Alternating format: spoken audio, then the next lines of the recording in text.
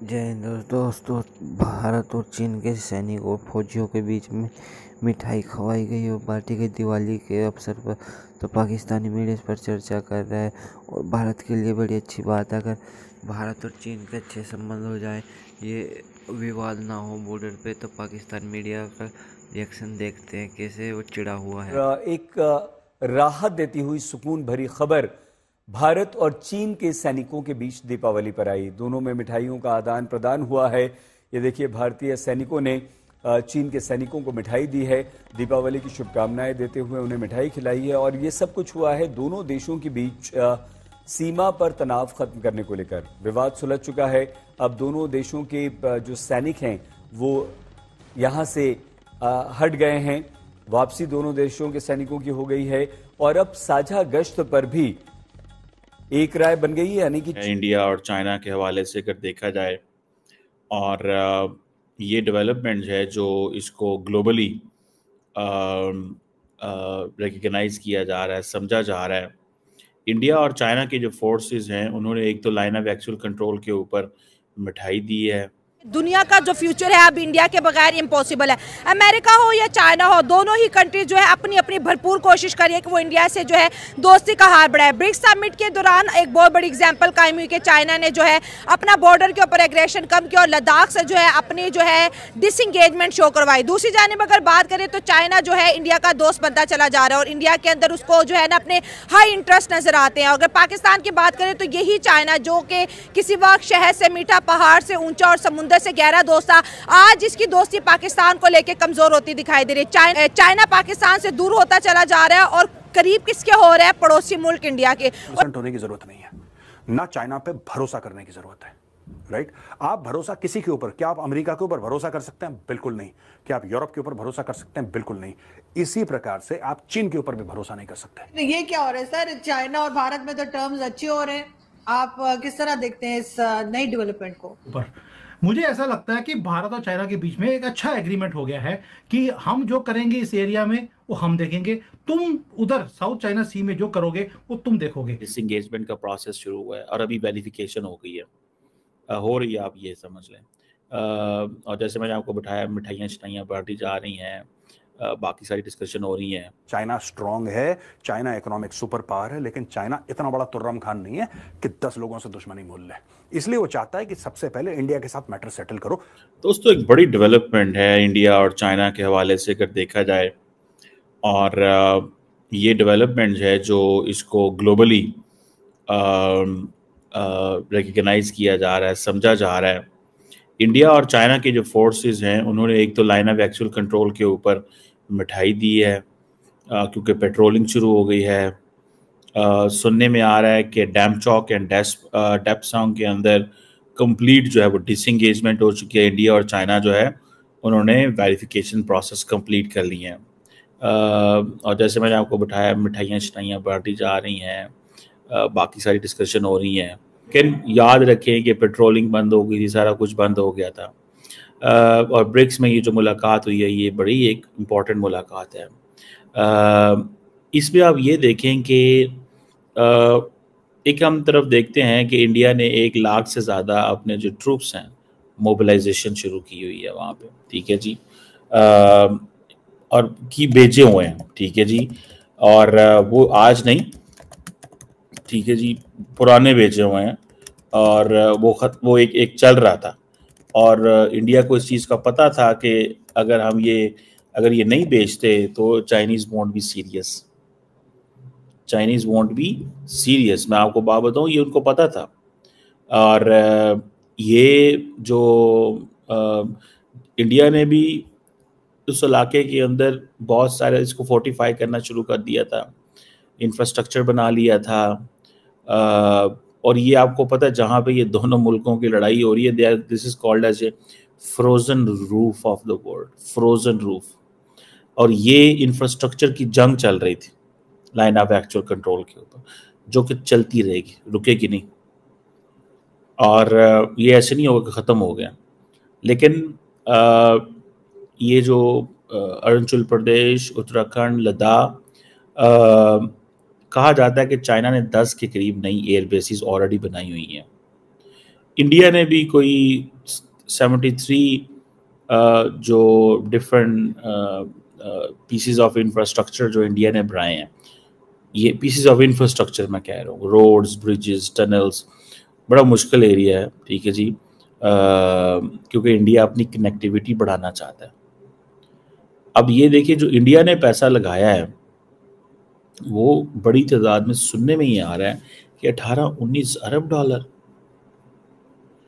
ठीक है जी, वो लगा रहे हैं, अपना बजट बढ़ा रहे हैं इंडिया, ठीक है जी, ताकि इस खित्ते में कनेक्टिविटी बढ़े।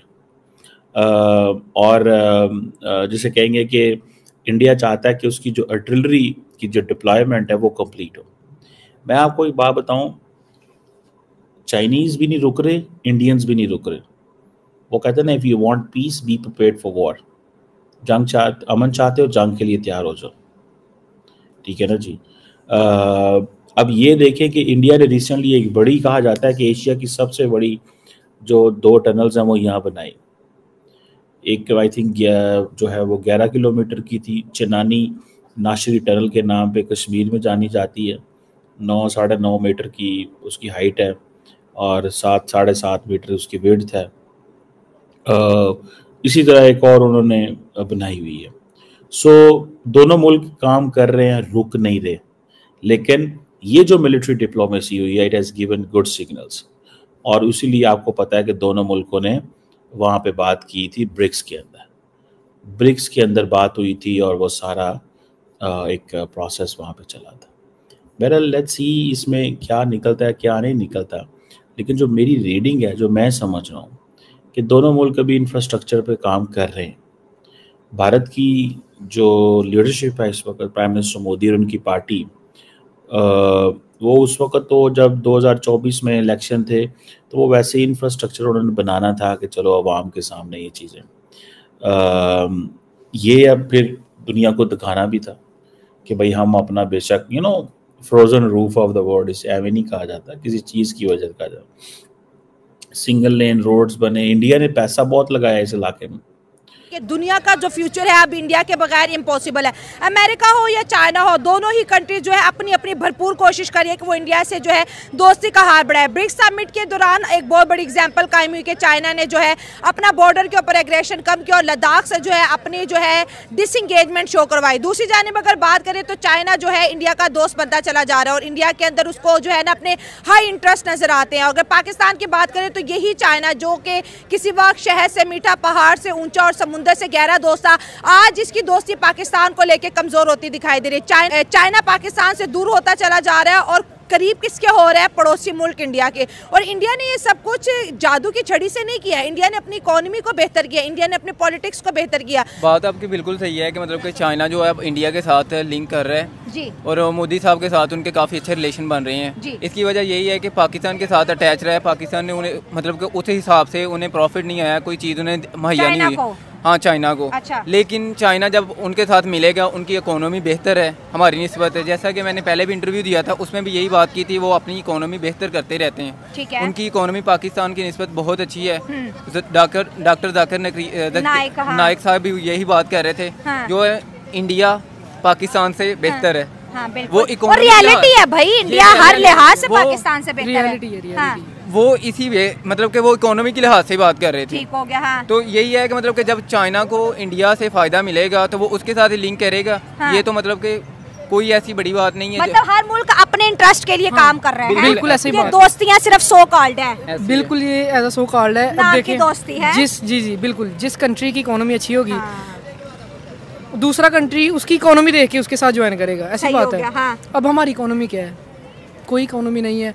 कितने हमारे जो यंग जनरेशन आ रही है, हाँ। जॉबलेस हैं सारे, ठीक है। उसके बाद जो अपना पुराने उहदों पे जो पुराने लोग हैं, हाँ। उनको बार-बार नहीं मिल रही, जो नेक्स्ट जनरेशन आ रही है उनको मौका नहीं मिल रहा। हाँ। तो उनको मौका देंगे तो जो है इम्प्रूवमेंट होगी ना मुल्क में। सही बात है। और उनको मौका भी कैसे मिलेगा कि जब हमारा एक रुझान ये बना हुआ है, पाकिस्तान में जितनी अनएम्प्लॉयमेंट रेट जितना बढ़ा हुआ है ना, मैं खुद यकीन जाने एक BBA होल्डर हूँ, मास्टर का स्टूडेंट हूँ, यकीन जाने मेरे पास कोई जॉब नहीं है और मुझे 6 से 7 माह हो गए हैं BBA किया हुआ है। मैंने बैंक में जॉब की है और बैंक, मैं ये नहीं कहता कि बैंक बुरी चीज़ है। हाँ। बैंक एक अच्छा अदारा है, बैंक हमारे इधर काफ़ी अच्छा काम कर रहे हैं, लेकिन उसकी निस्बत कुछ ऐसे हैं मामलात जिसकी वजह से ये जॉब जो अच्छी नहीं मुझे लगी। लेकिन उसके बाद भी जो है ना, जिंदगी में सिर्फ बैंक तो नहीं ना, बैंक तो नहीं, बड़ी फील्ड्स हैं। बड़ी फील्ड्स हैं, तो क्या वजह? लेकिन कुछ भी नहीं मिल रहा। मतलब कि जहाँ पे जाते हैं वो कहते हैं कि प्रैक्टिकल काम लेके आए। प्रैक्टिकल काम कैसे मिलेगा? पाकिस्तान में तो सारा रट्टा सिस्टम है, प्रैक्टिकल है ही बिल्कुल नहीं है भाई, बिल्कुल यहाँ पे कुछ भी नहीं है। जहाँ भी जॉब के लिए अप्लाई करेंगे ना, फर्स्ट ऑफ ऑल ना उन्होंने आपकी CGPA देखना है ना, आपका स्कोर देखना है ना, परसेंटेज देखनी है। उन्होंने क्या देखना है? एक्सपीरियंस हमें नहीं मिल रहा। कहाँ से मिले? ना लैब्स है, ना कोई टेक्नोलॉजी है, ना बिजली, यहाँ पर कुछ भी तो नहीं है। इंटर्नशिप का कहते हैं कि भाई 1 साल की मिलेगी, 6 मंथ की मिलेगी, तो वो नहीं मिल रही। एक्सपीरियंस कहाँ से आए? 5 साल हम लगाते हैं डिग्री करने में, 35-36 लाख रुपया, जो घर वाले मिडिल क्लास फैमिली के लिए बहुत टफ है ये अचीव करना, ये बहुत टफ एम है।